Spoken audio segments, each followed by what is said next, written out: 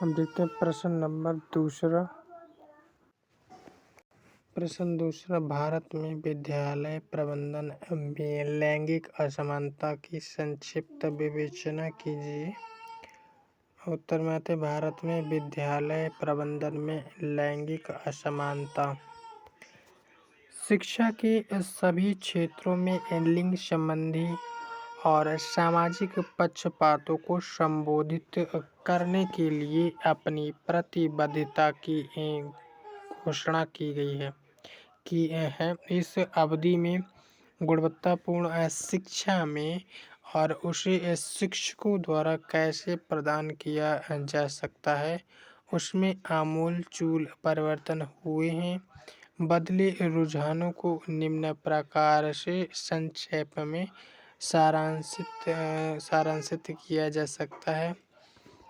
पहला पॉइंट, इसमें असमानताओं को दूर करने पर अधिक जोर। दूसरा है सभी के लिए न्यायोचित शिक्षा।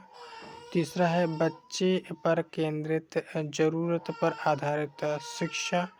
चौथा है सीखने की प्रक्रिया में हर बच्चे की प्रतिभागिता को अधिकाधिक करना।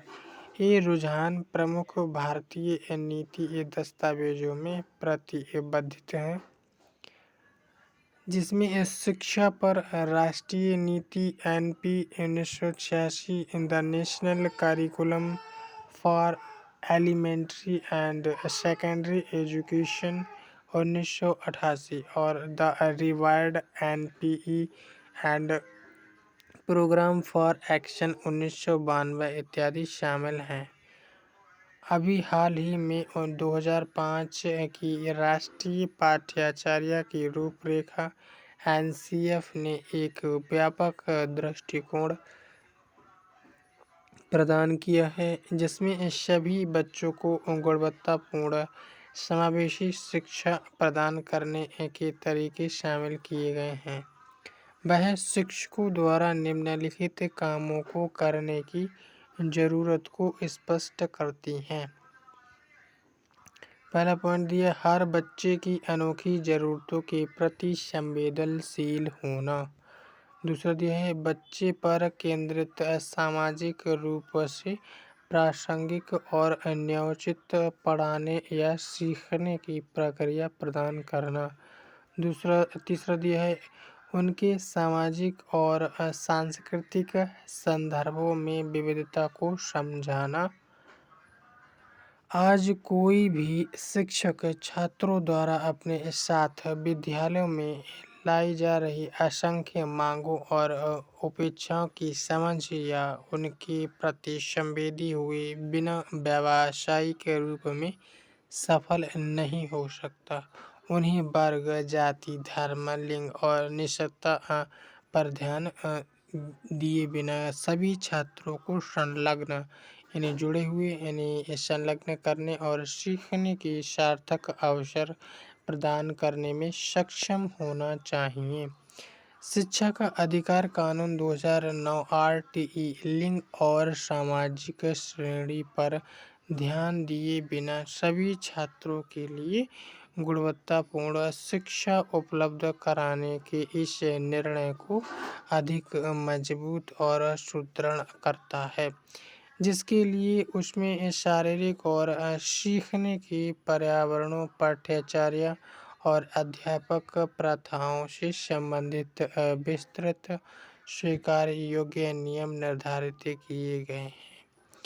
उल्लेखनीय परिणाम में शोध द्वारा पुष्टि की गई है कि शिक्षकों की कौशल, रवैये और प्रोत्साहन सुविधाहीन और अधिकारहीन समुदायों के बच्चों की संलिप्तता, प्रतिभागिता और उपलब्धि उल्लेखनीय ढंग से बढ़ा सकते हैं।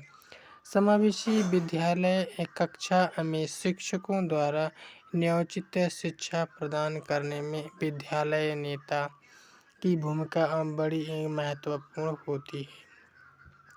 सबसे पहले यह आवश्यक है कि विद्यालय नेता को विश्वास हो कि नतीजे न्यायोचित हो सकते हैं उनके छात्रों के व्यक्तिगत प्रारंभ के बिंदु चाहे कुछ भी हों। चौथा पॉइंट दिया, स्टाफ और छात्रों को सभी छात्रों की उपलब्धि को ऊपर उठाने के लिए प्रोत्साहित करता है।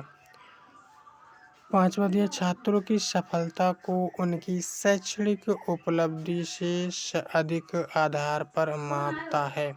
छठा दिया, एक विद्यालय नेता के रूप में आपको बच्चों के अधिकार पर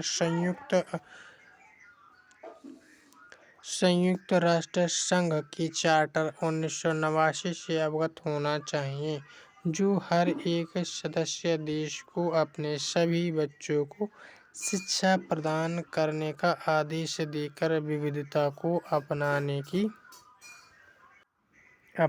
की उल्लेखनीय प्रेरणा देता है। विद्यालय नेता के रूप में अपने विद्यालय के समुदाय में समावेशी रवैयों और वार्ताओं का नेतृत्व करना, उन्हें प्रोत्साहित करना और विकसित करना आपकी जिम्मेदारी है। सातवां पॉइंट दिया, यह बात खुशी मनाने और गर्व करने का विषय है कि भारत की आबादी इतनी असमान है।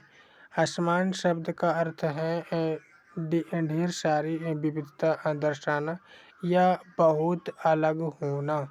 विविधता न केवल जीवन में दिलचस्पी लाती है, बल्कि जटिल और परिवर्तनशील विश्व में अनेक समाधान और संभावनाएं भी पेश करती है।